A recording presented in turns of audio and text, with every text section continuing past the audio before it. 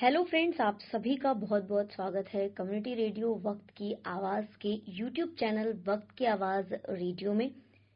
मैं हूं आप सभी के साथ आपकी रेडियो होस्ट अंशिका। और फ्रेंड्स, आज हम लेकर आए हैं आप सभी के लिए अपने डिजिटल हैंडल पर एक खास प्रोग्राम जो कि संबंधित है आप सभी के स्वास्थ्य से। और हमारे कार्यक्रम का नाम है घर में क्यारी सेहत न्यारी। तो आप सभी हमारे इस खास कार्यक्रम को जरूर सुने। सेहत हो प्यारी जब घर में हो क्यारी, सुन लो यारों मेरी ये बात। सेहत हो प्यारी जब घर में हो क्यारी, सुन लो यारों मेरी ये बात। पोषण सही विकास, सच्ची सेहत के हैं ये राज। पोषण सही विकास, अच्छी सेहत के हैं ये राज। सुनो दुनिया सारी जब हाँ होगी क्यारी,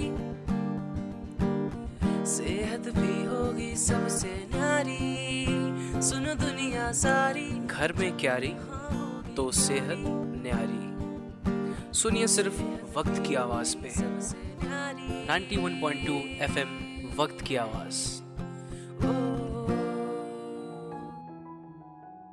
नमस्कार साथियों, मार्गदर्शक संस्था के सहयोग से वक्त की आवाज में चल रहे प्रोग्राम घर में क्यारी सेहत न्यारी में आप सभी का स्वागत है। मित्रों, आज इस प्रोग्राम की तीसरी कड़ी है। दूसरी कड़ी में आपने सुना कि वसुंधरा जी गांव मणिपुर स्कूल जाने के बाद वो सर्वे के लिए निकलती हैं।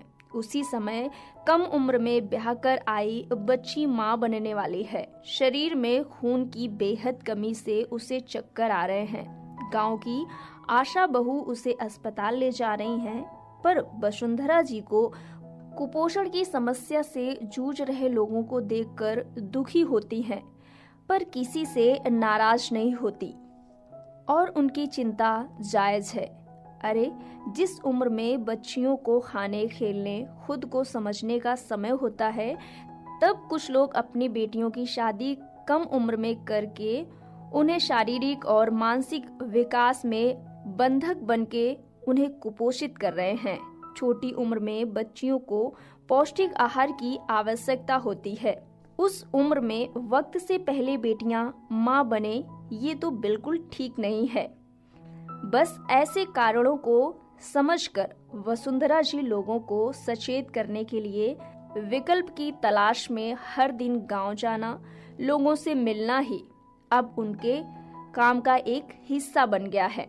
तो आज वसुंधरा जी गांव के उन परिवारों से मिलने वाली हैं जहां किशोरियां हैं। तो चलें। मेरा नाम सुहानी यादव है। मेरा गांव का नाम मुड़ार है। हमारे घर में दादी, बुआ, चाची लोग हमेशा कहती हैं ज़्यादा खाना ना खाओ, दूसरों के घर जाना है मोटी हो जाओगी, कोई पसंद नहीं करेगा। ज़्यादा घी तेल मत खाया करो, जो रोटी खाती हो वो भी कम खाया करो, तभी तुम्हें कोई पसंद करेगा जब तुम पतली रहोगी। इस तरह से बोल बोल के खाने को लेके हिदायतें दी जाती हैं।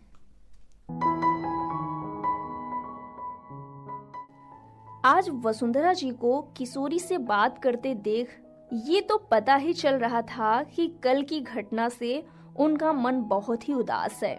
और हो भी क्यों ना, आखिर वो जानती है ना कि कुपोषण ये एक ऐसा चक्र है जिसके चंगुल में बच्चे अपनी माँ के गर्भ में ही फंस जाते हैं। उनके जीवन की नियति दुनिया में जन्म लेने से पहले ही तय हो जाती है। यह नियति लिखी जाती है गरीबी और भुखमरी की स्याही से। इसका रंग स्याही उदास होता है और स्थिति गंभीर होने पर जीवन में आशा की किरणें भी नहीं पनप पाती, जिसकी वजह से कुपोषण की एक पीढ़ी तक खौफनाक उत्तराधिकारी के रूप में चलती आ रही है।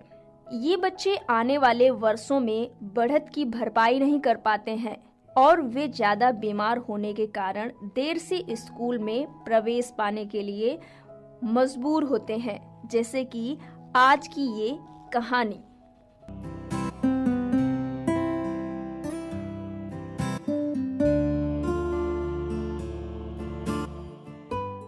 वसुंधरा सांवली सूरत, चमकता चेहरा, आत्मविश्वास से भरी कई किशोरियों के बीच में बैठी मौसम से बेखबर सवाल जवाब सुन ही रही थी कि एक आवाज आई।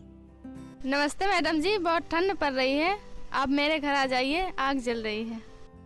तभी मैंने पीछे मुड़कर देखा तो वो मेरी ही छात्रा रीता थी। मैंने कहा, रीता तुम यहाँ? तो उसने भी हंसते हुए कहा, जी मैम जी, ये तो मेरा ही घर है मणिपुर, अब तो मैं यहीं रहूंगी, वो तो मेरी बुआ का घर है। फिर मैंने पूछा कि पढ़ाई कैसी और कहाँ से कर रही हो? तो रीता तपाक से बोली, 8वीं के बाद छोड़ दिया। पर क्यों रीता, तुम तो इतनी होशियार थी, भला तुम अपनी पढ़ाई कैसे बंद कर सकती हो?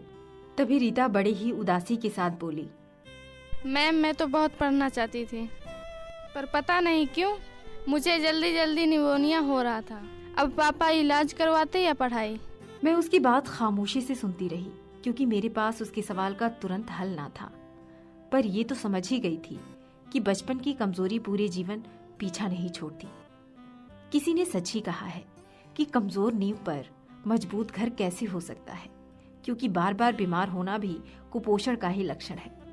फिर मैंने पूछा कि अब कैसी हो? तो वो बोली, अब मैं सच बताऊं तो मन में एक डर सा हो गया है कि कहीं कॉलेज में प्रवेश लिया तो बीमार न पड़ जाऊं। मैंने उसका ढाढ़स देने के लिए उसके कंधों को सहलाते हुए कहा, अरे ऐसे कैसे बीमार पड़ जाओगी? हाँ, ये जरूरी है कि तुम्हें अपने खाने का ख्याल तो रखना होगा, पर खासकर वो चीजें जिनसे तुम्हारे शरीर की ताकत व बीमारियों से लड़ने की क्षमता बढ़े। तो उसने कहा, आप ठीक कह रही हैं मैम, मैंने भी पढ़ा है कि फल, दूध, दही, तरह तरह की ताजी सब्जियां, खट्टा मीठा सब रोज खाओ, पर घर की छोटी सी आमदनी में संभव नहीं है मैम। अकेली तो हूँ, नहीं भरा पूरा 7 लोगों का परिवार, अकेले पापा कमाने वाले हैं, अब कहाँ से आए ये सब। उसकी बातें सुनकर आसपास बैठी बेटियां कुछ दुविधा में दिखी। तभी पास बैठी मीना ने कहा, मैम मुझे भी कभी कभी थकान और चक्कर से आते हैं। मीना की बात से तो तुरंत समझ आ गया कि ये तो खून की कमी का लक्षण है। फिर बारी बारी मैंने सभी बेटियों से पूछा। तो पहला सवाल मैंने भी मीना से ही किया कि मीना, ये बताओ कि जब तुम्हें ऐसे चक्कर आना, थकान लगना सब होता है तो क्या करती हो?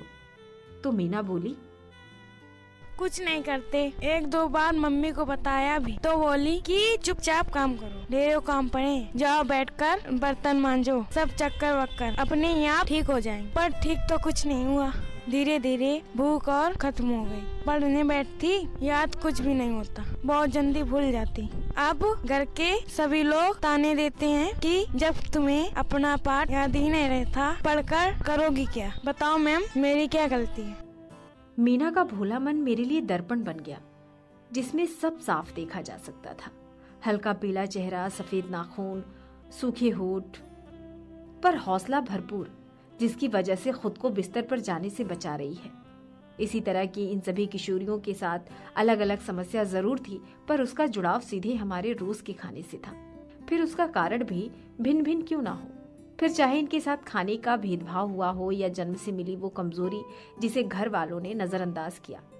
क्या खाना है, कैसे कम आमदनी में सब हो सकता, ये विकल्प तो हमें खोजना ही है। ये विचार सोचते हुए उन्हें अपने स्कूल में अगले दिन आने को कहा तो सबके सब तैयार हो गई। तो मैंने उन्हें एक छोटा सा काम भी दिया कि कल जब आना तो 1 हफ्ते की खाने की लिस्ट बना लेना, फिर मिलकर तय करेंगे कि करना क्या है। जी कहकर सब चली गई और आगे की होमवर्क की तैयारी में मैं कि ये मेरा गांव जरूर बदलेगा।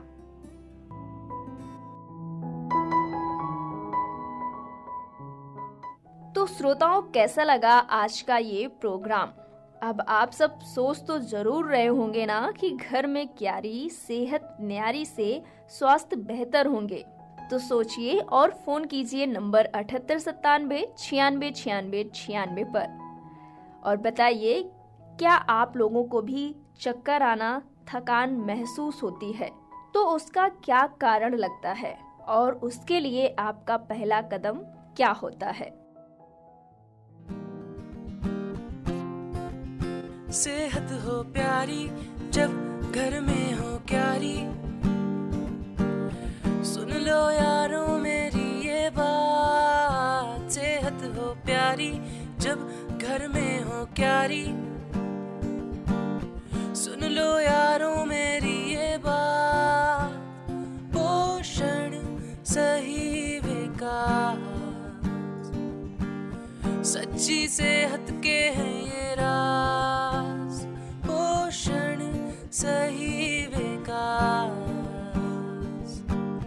अच्छी सेहत के हैं ये राज। सुनो दुनिया सारी जब हाँ होगी क्यारी,